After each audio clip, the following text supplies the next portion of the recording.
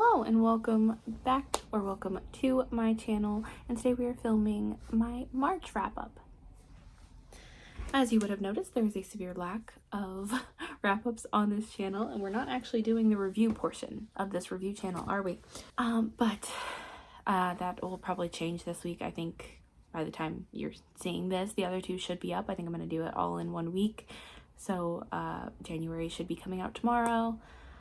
February's should be coming out Wednesday, and this one should be coming out Friday. Hopefully I'll hold to that. But we're back with our March wrap up, and our bingo board is back. We have to get a new one because the other one cracked, unfortunately. But we're back, and hopefully this will get us some bingos and some points to buy books. Not that I've really needed them because I was a little not the best with book buying this month. Okay, let's jump right into it because I read 21 books this month, which was insane. It's definitely by far been my best reading month, but we're hoping to beat that in April. So as far as stats, like I just said, I read 21 books in the month of March. 9 of those were owned, 9 of those were borrowed from the library, and 3 of them were bought purposely to read in the month of March. Rereads, I did have 3 rereads technically, and then of course 18 that I read for the first time. As far as series, we did make progress, or we did start 2 new ones. We continued 2. Technically one of them is finished, but because I plan on reading the novella in that series, it's not technically finished. Like, I'm not counting it as complete. And we finished 1. Genres, we read a lot of genres this month. We read 4 middle grades, which I know is technically not a genre, it's an age range, but I count it in terms of middle grade / children's.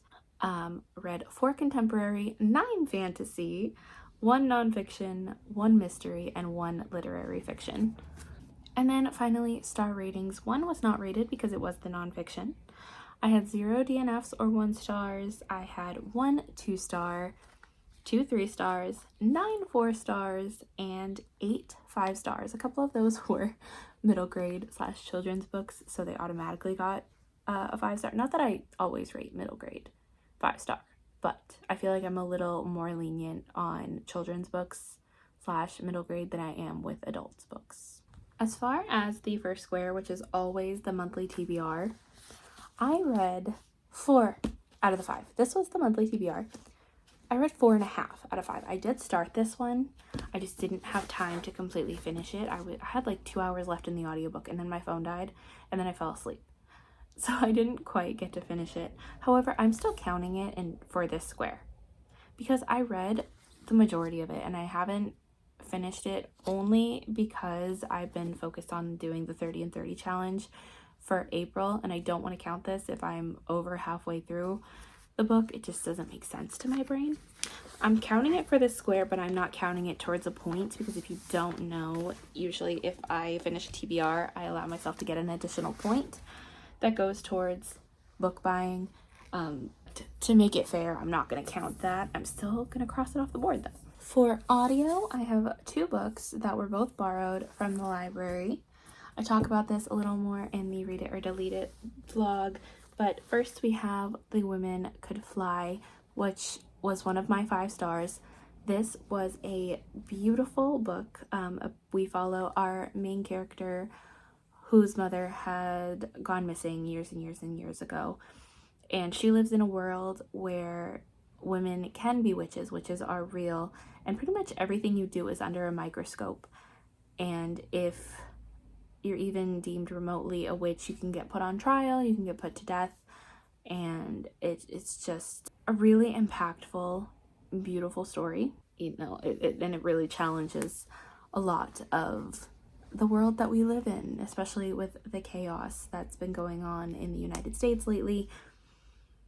I really liked what it had to say.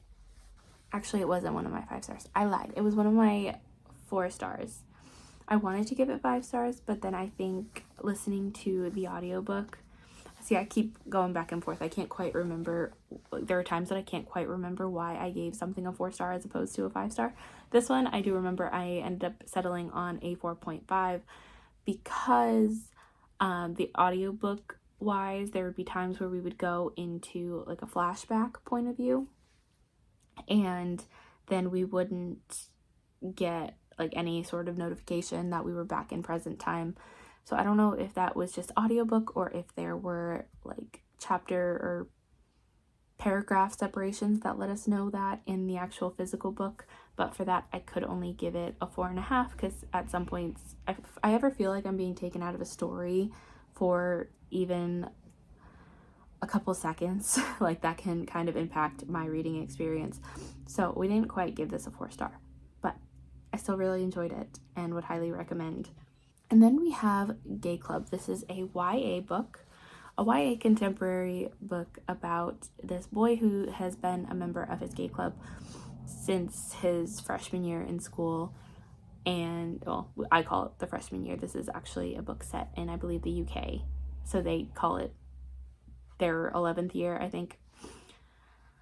But he is in his last year of school, and they are having an election to see who's going to be the president of their school's gay club. And then one of the girls in the club, because she knows she's going to lose, she ends up suggesting that they open up the vote to the entire school.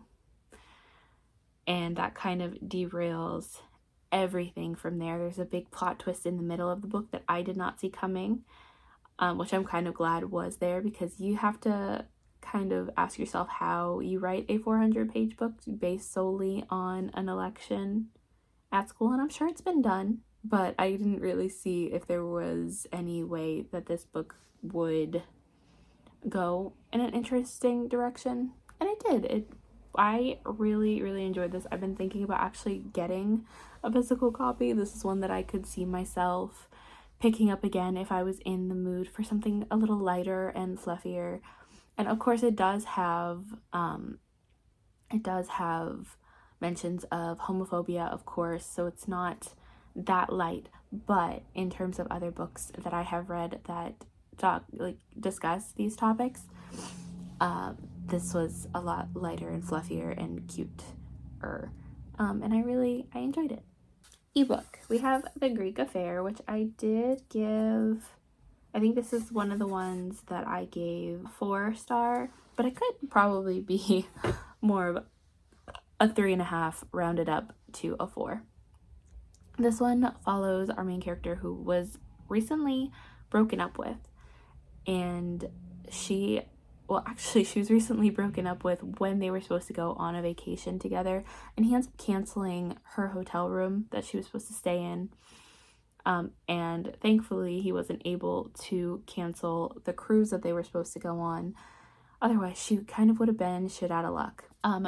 She decides to go on that cruise on her own, and she ends up meeting this guy, and they end up going on these adventures through Greece together, and of course falling in love. And it's super cute. It's really short. It was only 96 pages, and I would have liked for it to be longer, only because I feel like we kind of scooted past the actual travel aspect of it. Like, we got little snippets about what they would do throughout their day, or what she would do throughout her day, but I didn't actually feel like I was in Greece or experiencing Greece with her, which I normally like if I'm reading a book that involves travel in some way, especially when it involves travel in a real life modern setting as opposed to like a fantasy setting.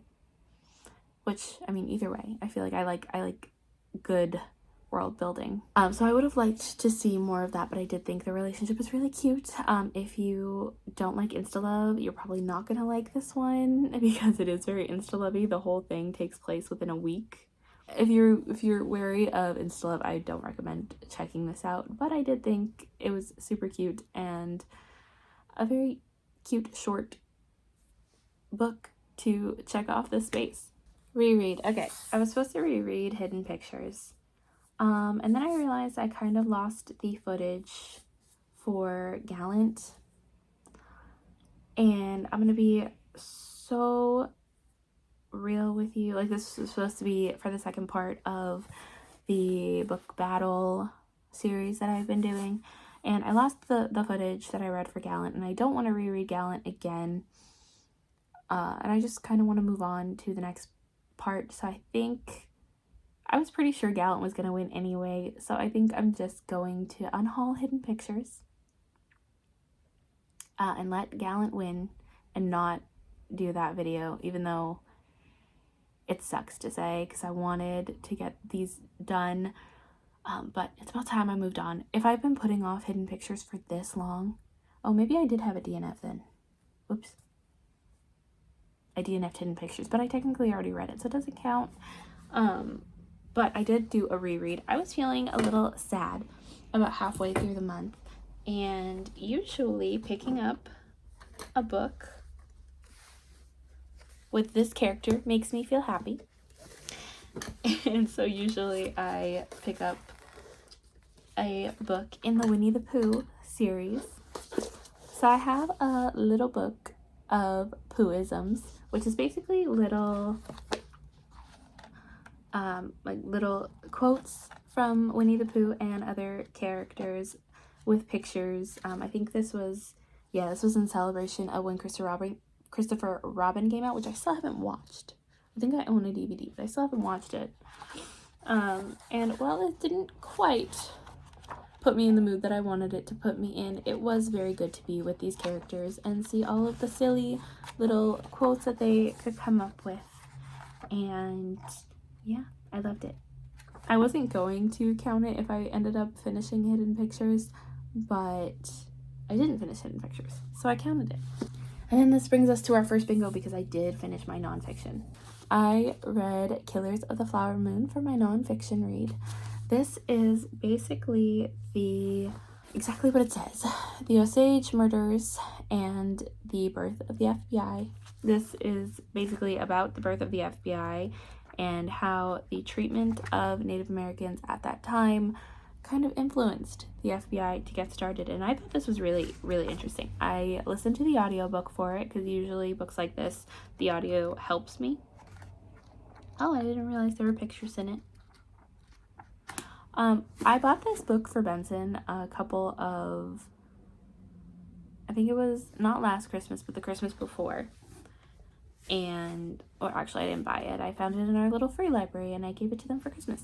Either way, I wasn't, like, this book wouldn't have been on my radar if Benson hadn't seen the movie. But I really enjoyed this. This was so intriguing and interesting, and I was nervous about it, if I'm being honest, because sometimes books that have this level of crime, usually I'll zone out for a little bit and I'll feel unmotivated to pick it up. But I listened to this pretty much all in one sitting while I was working on some chores around the house, and I wasn't bored at all. I didn't find myself zoning out. I was really, really intrigued by what was happening and what was going on, and it just kept me wanting to read more and more, and actually made me want to possibly check out the movie at some point. A book that was on my Goodreads TBR, I ended up picking up The Mystery Writer, which I gave 3-star. Really, it could have been a 2. This one follows Theo, and she is an author. She's been working on a book since she moved in with her brother, or moved near, she moved in with her brother, I think. Yeah. And she's been working on this book, and she ends up getting into kind of an acquaintanceship with this very well-known famous author, and he ends up dying, passed away under mysterious circumstances, and she kind of has to, or wants to, figure out exactly what happened. And then something happens. Okay, it's in the synopsis, so it's technically not a spoiler, but what happens in the synopsis doesn't actually happen until the book is way more than 50% of the way through. So I don't want to say it because I don't want to spoil that if you want to go in somewhat blind. Really what made this not as fun for me is our main character. Our female main character she was very naive and just didn't really think about doing, like, just didn't really think about things before she did them. Like, there was one point in this book where she was scared that someone was coming after her, but then she opens the door for this guy who supposedly lives on her street, and she just starts telling him and other people about, like, things that you shouldn't just trust random strangers with in general, much less if you think someone is trying to murder you. It really, like, irritated me. There was no caution for her whatsoever. And then there was, so this one isn't, this part may or may not be a spoiler, but there's a little bit of romance that happens between her and the author before he dies. And I feel like she got over that pretty quickly, because then there's another romance in this a short while after, and there goes Bear. A short while after. So I feel like she got over this guy's death pretty quick. So that's another thing that was kind of irritating and just made it not as fun as I wanted it to be. Library, like I said, I got almost half of the books that I read at the library, but for this one we're going to talk about For Never and Always. And this is the sequel to Season of Love, which I read a couple of Christmases ago. And I enjoyed that one for the most part, but I think I thought I enjoyed it a lot more than I did at the time that I read it, if that sentence made any kind of sense. Really the only reason I kept that one on my shelf was because I was really excited for this one. I love a second chance love story, even though I haven't read very many of them. And this one follows Hannah, who's the cousin of our main character from the first book, and her love story with her ex-boyfriend who moved away from the Christmas tree farm because he wanted to travel. And we learn really early on that Hannah has done way too much traveling in her life and she doesn't really want to do more. So that's kind of why they broke up, and now he's back. And Hannah doesn't really know if she wants him to be back. And, you know, of course it follows their love story. And I don't know. I think I rated this a 4. I don't remember if it was 3 or a 4. I promise I know these ratings when I'm making the stat sheets, and then I forget because I'm not looking at them. But the more that I read this, the more I kind of didn't want to read it anymore. None of the characters are very likable at all. Even our side characters, who I thought were kind of likable in the first book, are not likable at all. And, like, especially Noelle from the first book, she's very, very entitled to thinking that everyone needs to tell her everything at all times. And even Hannah, at some points, who was really likable in the first book, was not likable in this one at all. And even, like, we get past POVs from the characters, even before they got together / like started dating, she wasn't a very likable friend. She wasn't a very good friend to Levi. And I don't know. I think Levi was the only somewhat likable character, and even he had his moments. So I don't know. I said I wanted to continue this series, but the more I'm thinking about it, the more I kind of don't. So that might be a DNF series. I'll think about it more. I think the next book follows Miriam's ex-girlfriend from the first book. Manga, okay. So I was going to read Nina the Starry Bride for this one. And then I didn't pick it up for whatever reason.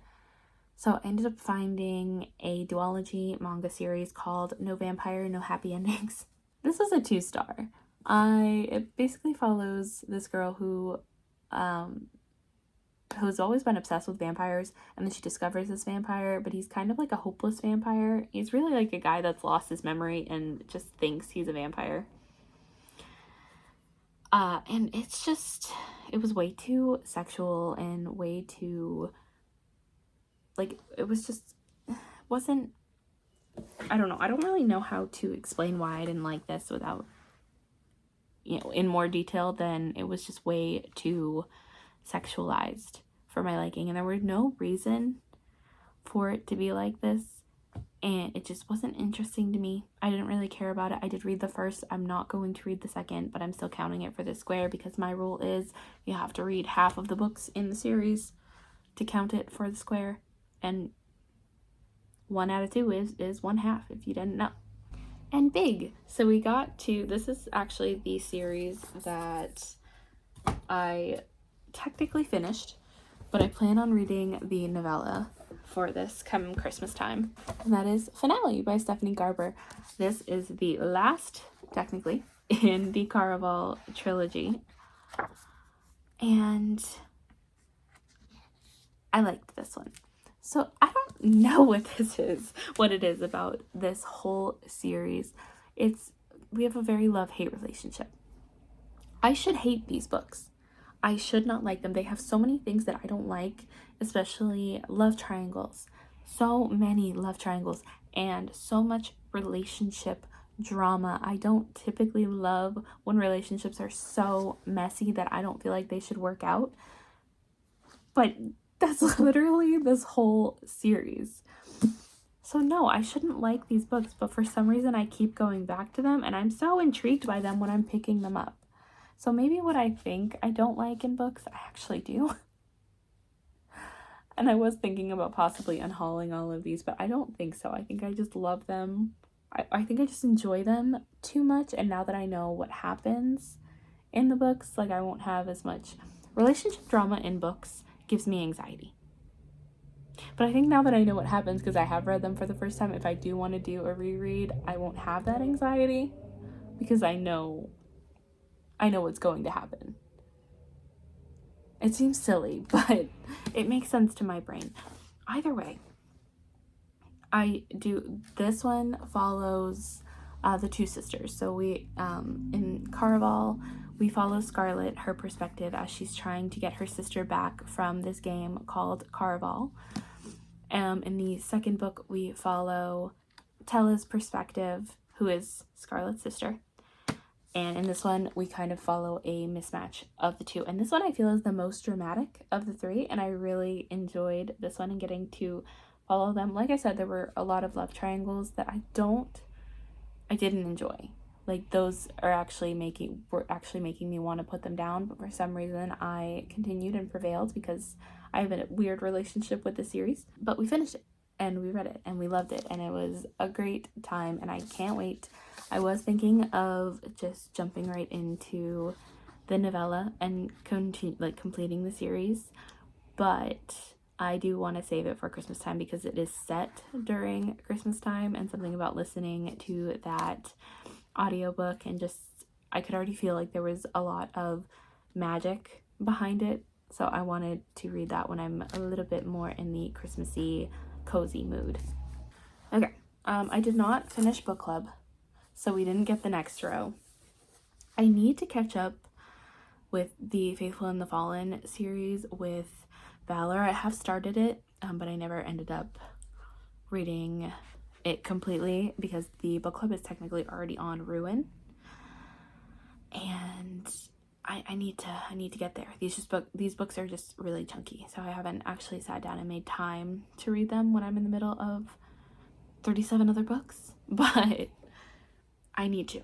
And Buzzword. We finally read a Buzzword this year. The Buzzword was Thing, and actually it was the one that I got from the library.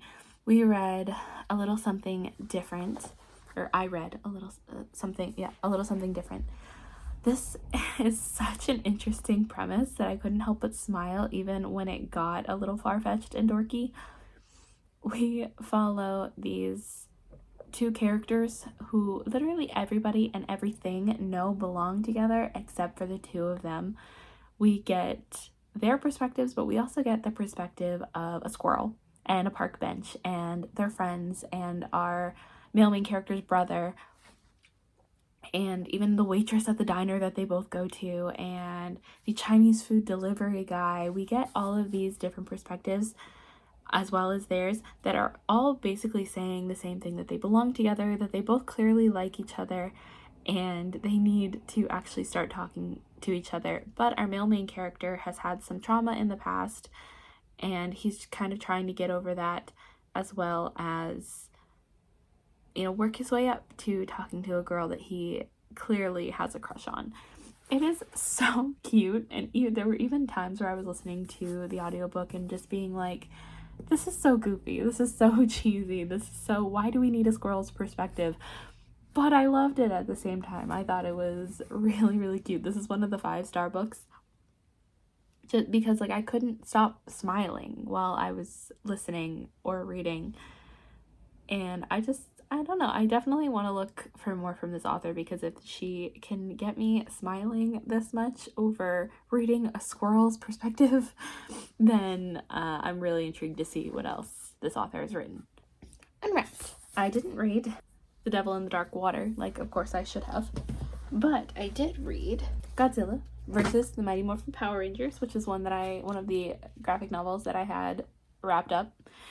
This one is exactly what it sounds like. This is the Mighty Morphin Power Rangers versus Godzilla, and basically Rita has captured Tommy. If you have any knowledge about the series, Rita has captured Tommy and brought him to this parallel universe where Godzilla exists, and the Rangers have to find a way to save him and, of course, stop Rita.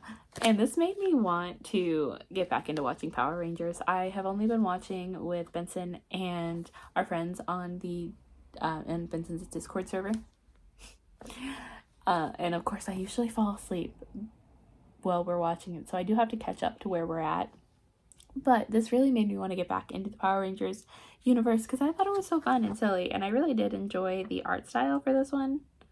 I don't even know how to describe the art style. And another cute little detail is every time someone talks, like one of the Rangers talks, their speech bubble is like highlighted with their Ranger color. So I like that. And I don't know if I don't remember if I said I had any issues with this one. I don't know. I'm sure I said something to Benson, because Benson wanted my review on this, but I don't know, I loved this. I had such a good time with this, and it's making me want to get back into the Power Rangers world and read more from the Power Rangers world. Free. I have a couple of books to actually talk about. First of all is Die Volume 1 and 2. This series follows these group of characters who get together and they play like Dungeons and Dragons inspired games. And then one year, for one of their birthdays, their friend comes up with a whole game just for him. Unfortunately, though, they end up getting stuck in the game for 2 years, and only 5 out of the 6 of them make it back. And then 20 years later, they end up going back into the game, and we start getting answers to some long-awaited questions. I did only read the first 2 volumes. I wanted to read the 3rd and the 4th, but about halfway through the 3rd, I realized I wasn't really sure if I cared enough to continue on. I wasn't really sure if I cared where the direction of the story was going, or if I was really paying attention. So I didn't end up finishing the series, and that is totally fine. I had fun when I was reading it. I just don't think I want to continue on with it, and that's not necessarily a bad thing. On the other hand, another one of the series that I did make some progress in, and I need the 13th volume, which I actually do have. I just need to read it. But that is Spy Family. Literally the love of my whole life. I read volume 11 and 12. I love this series. If you haven't heard me gush about this series so many times, we follow Twilight, who is a spy. And for his next mission, he needs to acquire a wife, and he needs to acquire a child. What he doesn't realize is the wife that he acquires is an assassin, and the child is a telepath. And none of them know about each other, except, of course, for Anya, the daughter, because she can read people's minds. So it's really, really funny and wholesome and sweet. And the way volume 12 ended, I need to know more. I need to know where it is going from here, but I'm also nervous because if volume 13 just came out, I'm gonna have to wait for volume 14. And I've also gotten Benson to start watching this series. Like, it's been such a phenomenal time. It is definitely one of my comfort books, one of my comfort series. And I just love it. It is obviously my favorite manga of all time, so if you have not picked it up already, please do so. And if you don't like it, don't tell me. No classics, of course, and series. So technically, I was supposed to have finished the Junie B. Jones series, but Benson and I ended up getting busy. So we only read 2 volumes. We read Toothless Wonder and Cheater Pants. But I had a good time.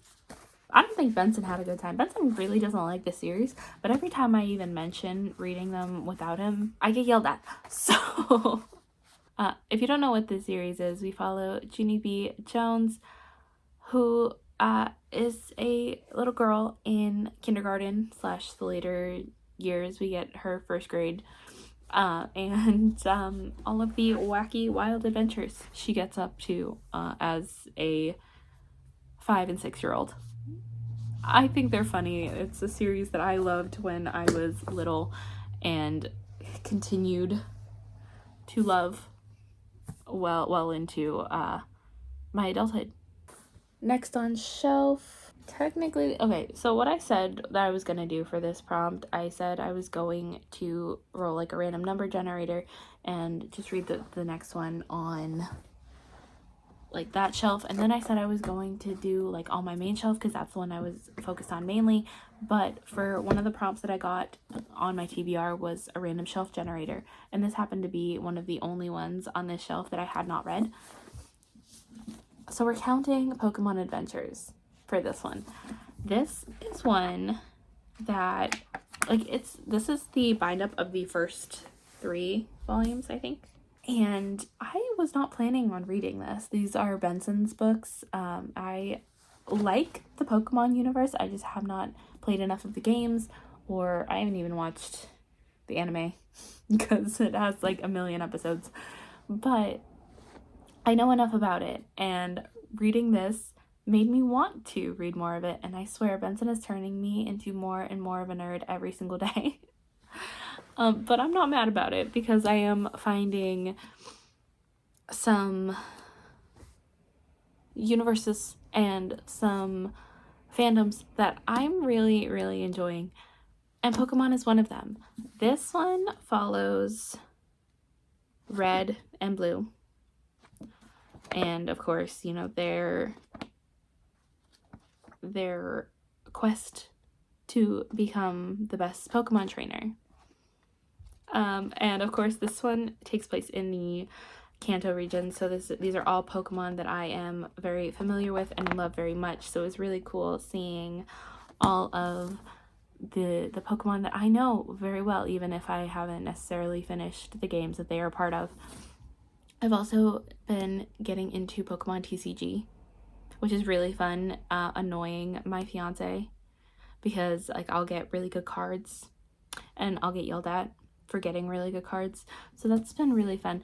My fiance and I really do love each other, but we're so competitive with each other. It's great. It's a great time. It's how we bond. No hobby, because why would I? Anthology. Did I do an anthology? Yes, I did. Okay, so this technically might not have been an anthology, but I'm counting it anyway. But I did read 100 Nights of Hero, which is a graphic novel. Basically, it is inspired by the Arabian Nights, where our main character, her husband goes away on an adventure, and unknown to her, this guy made a deal with his friend saying, my wife will not sleep with you, and he basically gives him 100 nights to try to sleep with her and to see if she's loyal. Little does he know, she's been unloyal to him this whole time because she does have another woman as a lover. And that woman is basically spends the 100 nights telling him stories to try to distract him from trying to sleep with the girl that she loves.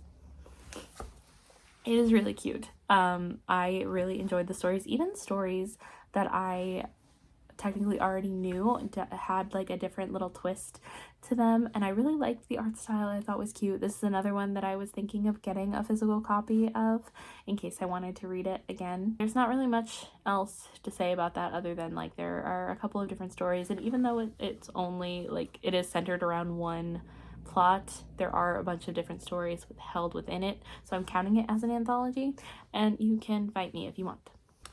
No self-date, but we did do the buzz cover. If you don't know, just like Buzzword, buzz cover is reading a book with a certain prompt but on the cover, and this one was a book with books on the cover.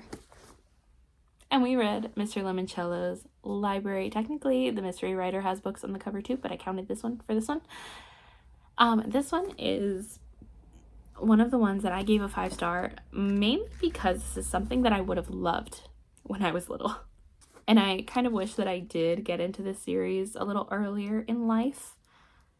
Not that I didn't like it now, but we follow our main character, who is one of 12 children selected to participate in going to their town's new library. Their town has not had a library in 12 years, so they invite 12 12-year-olds to spend the night in the library, and then they can choose afterwards to participate in kind of a little bit of an escape room kind of situation. And I really enjoyed this so much, and again, I probably would have enjoyed this more if I was that age, but we get little snippets in here where you can kind of follow along to all the puzzles and try to figure it out with them, and I definitely did that. There were times that I would stop and sit there and look at the clues to see if I could figure it out before I read on to see how they figured it out.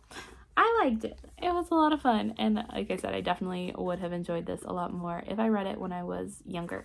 We went to the Final Fantasy concert for our date night. We went to Boston. It was Benson and I, of course. And yeah, it was a great time. I was supposed to finish the Final Fantasy game. I think it was Final Fantasy 7. I was supposed to finish the game before we went so that I would know a little bit more, but I didn't. And really, it was just me going with the vibes. I had no idea what was going on.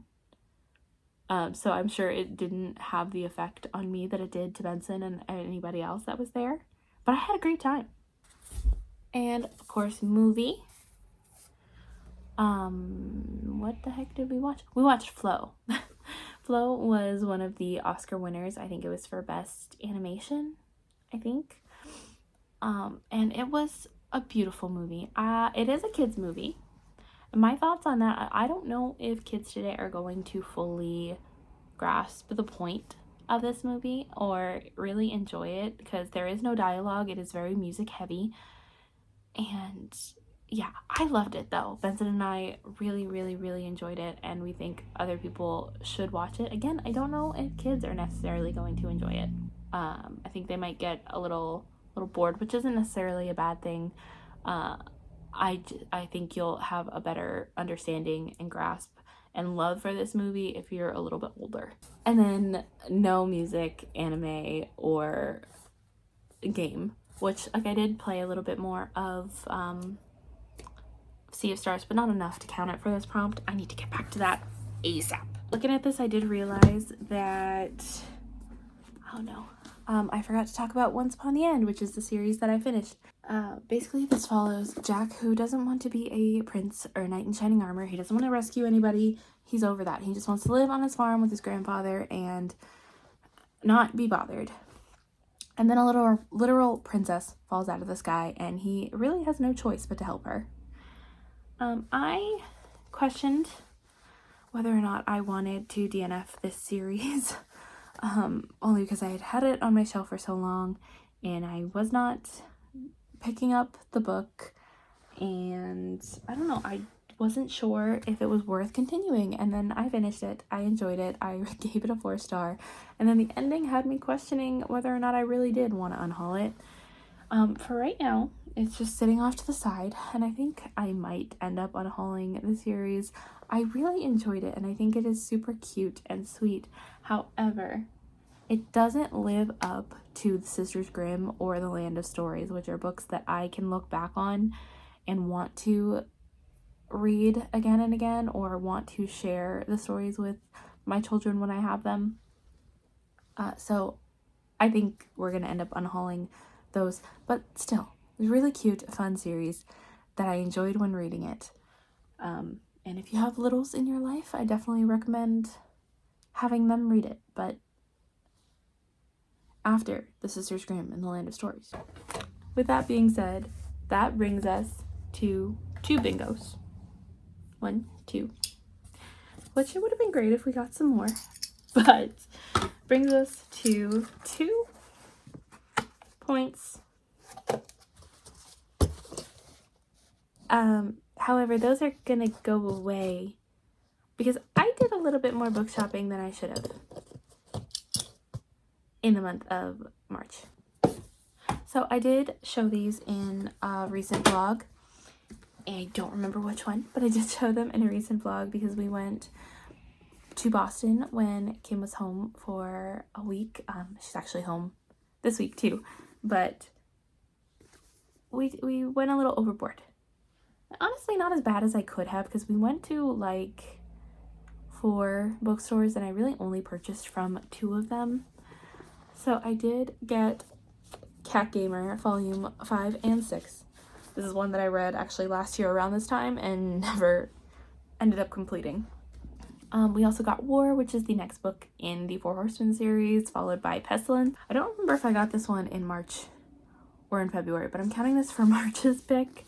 And that is Don't Let the Forest In, which I've heard amazing things about. Huge Around the World, which there's a story behind this because Benson had pointed out She Who Became the Sun in the bookstore that we were at, and then this bookstore happens to do little blind date with the books that they have little cute drawings on, and I forgot to get a picture of the drawing before I opened it because I just got so excited. But Benson had pointed out the first book in this series, and we ended up getting the second book. So now, of course, we need to get the first one. I don't know if you need to read that one to read this one, but I'm going to do it anyway because that's how I like to read. We, of course, did get volume 13 in Spy Family. That time, I Got Drunk and Saved a Demon and Bright Young Women. So I did get these 3 I got from Target because Target was doing their buy 2 get 1 free deal, and the rest are what I got when we were in Boston. So again, not too bad, not awful, but also kind of awful.